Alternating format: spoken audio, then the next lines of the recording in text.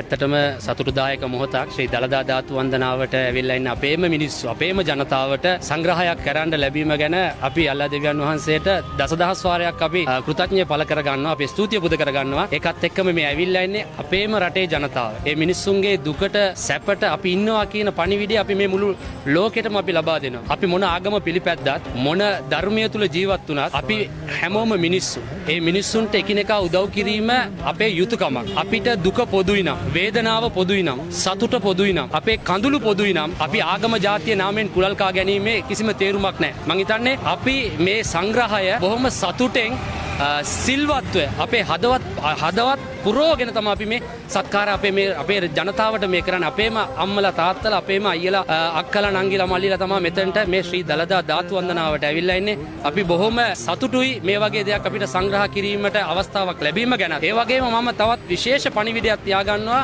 මේ මුළු ශ්‍රී ලංකාවටම. මේ අපි තරුණිය කිහිප දෙනෙක් එකතු වෙලා තමයි මේ වැඩේ අපි පටන් ගත්තේ. අපෙත් එක්ක ඉන්න අත්වැල් බැඳ ගන්න. විශේෂයෙන් මහනුවර ප්‍රජාවට මුස්ලිම්, සිංහල, ද්‍රවිඩ, කතෝලික සියලුම දෙනා අපෙත් එක්ක ඇවිල්ලා අත්වැල් බැඳ ගන්න. අපි ලස්සන රටක් අපිට නිර්මාණය කරන්න පුළුවන්. අඩුම තරමින් වතුර උගුරකින්වත් මිනිස්සෙකුට සංග්‍රහ කිරීමට ලැබීම මහ පිනක්. ඒ පින බෙදා ගන්න එන්න